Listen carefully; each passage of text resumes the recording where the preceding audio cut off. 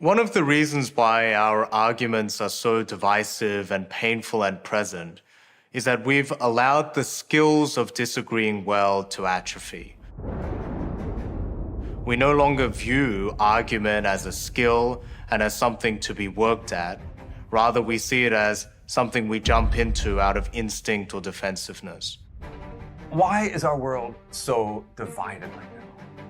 It's like we're in this vast sea of identity, a singular identity.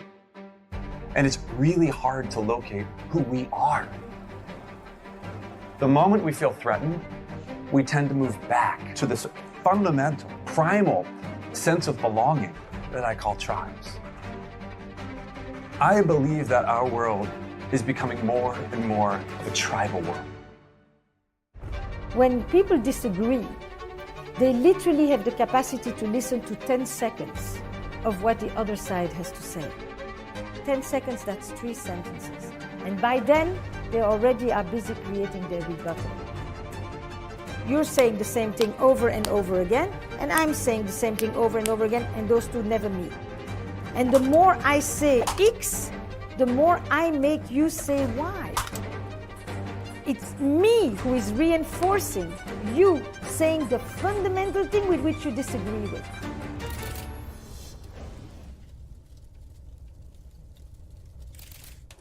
Thomas Hobbes took a pretty pessimistic view, not only of disagreements, but the kinds of people we become when we engage in disagreements. He believed that these petty disputes can grow into a kind of a conflagration that brings down not only relationships, but also nations. And this was a man who lived through periods of war. And so he saw the destructive force that arguments can be.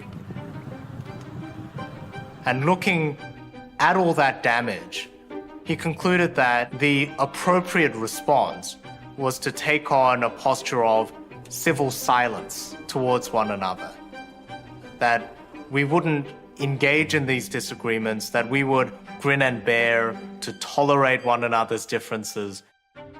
The problem with that is our commonalities are only one part of the fullness of our relationship with one another.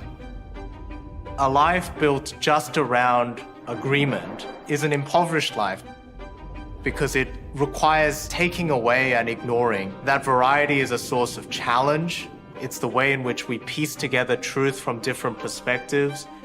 It's the way in which we go beyond ourselves.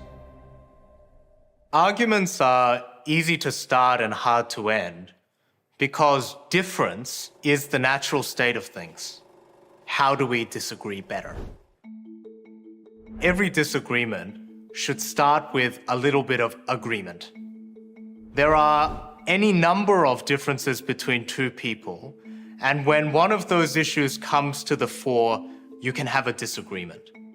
But unless you're selective about the kinds of arguments that you pick, and unless you're careful to say, we're having this disagreement at this moment and not all the other disagreements we could be having, all of the differences between two people can start flooding in, and the argument becomes this unruly mass, and you're not making progress on any given one.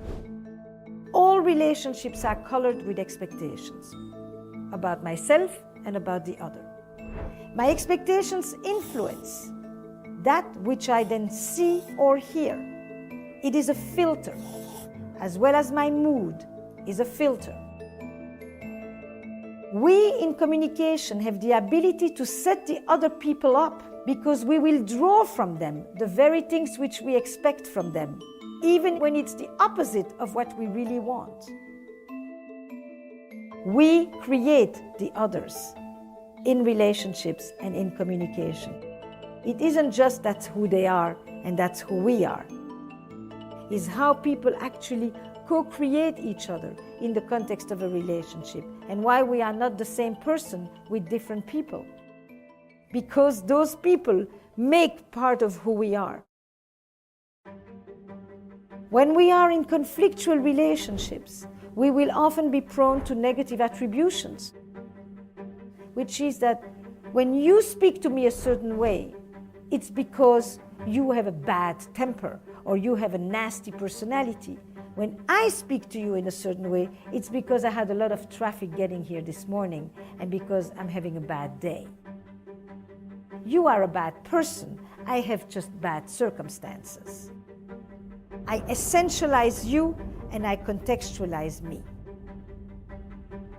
When it comes to emotionally charged conflict, why is it so hard to listen?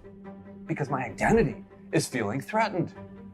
You're not just attacking some cerebral ideas I have, you are attacking my value system. The moment our identity feels threatened, all of a sudden we fall prey to a mindset, a dangerous mindset, that I call the tribes effect. Once you attach to a tribe, something strange happens. No longer is content as important, the substance of the argument. This is an us versus them way of thinking. Now I want to move toward being with a group of people like myself who are going to protect me and my interests from becoming trampled. So I will argue and defend my perspective to no ends, but I am going to close my ears to your perspective. So much of debate is an exercise in certainty. It's about spending sometimes weeks researching your side of the case, coming up with the best possible arguments that you can, coming up with the best lines that you can to sell the truth of your side to the listener. But in the last moments before a debater goes on stage, they know to take a breath, to take out a new sheet of paper, and to put themselves in their opponent's shoes and write the 4 best arguments for the opposing side. They know also to look over their case again, this time through the eyes of someone who fervently disagrees with them, and to identify all of the flaws and the mistakes and the criticisms that could be leveled against them. Debaters also know to imagine a world in which they lost the debate and to come up with the reasons why they did. Those exercises, which are called the side switch exercises, puts a pause on that feeling of certainty. It makes us feel for a moment the subjective reasonableness of other people's beliefs. It gives us that moment where we get back on our toes and think maybe we missed something. It makes us imagine a world in which we're wrong, or at least we're judged to be wrong. And all of that isn't humility, isn't empathy in and of itself, but it creates a wriggle room through which something like humility or empathy might arise. What is lacking is the ability to see that speaking is entirely dictated by the quality of the listening that is reflected back on us. Maybe you can acknowledge the validity of my point of view. That doesn't mean you agree with my point of view, but my point of view makes sense. And potentially, you may even empathize with my point of view. You can understand why I would think or feel or experience things the way I do. That reflecting back, acknowledging, validating, empathizing, that sequence is where the depth of communication takes place. Shift that dynamic so it's no longer me versus you. Instead, it's the two of us sitting side by side together, facing the same shared problem. Is my ability to take in what you say, to mull it over, to include it in my response, so that I make you feel that you matter, that what you say makes a difference, that you're not just talking to the wind. Because ultimately, if I speak to you and in the end I leave feeling even more alone, I'm literally in an existential crisis. There is nothing worse than to be alone in the presence of another. Where the conflict-averse person and the highly combative person meet is in their shared desire for a connection. And it's a connection that they don't get just by persisting in their most natural modes. You can't connect if the only grounds on which you connect with another person or you reach out to another person is similarity rather than difference. And similarly, you can't connect if your whole desire is to dominate or to show yourself to be superior than the other person. Every human contains both of these instincts within them. The middle ground where good arguments stem from is from a recognition that it's through connection with others, it's through an encounter with others that we get more than we would be able to on our own.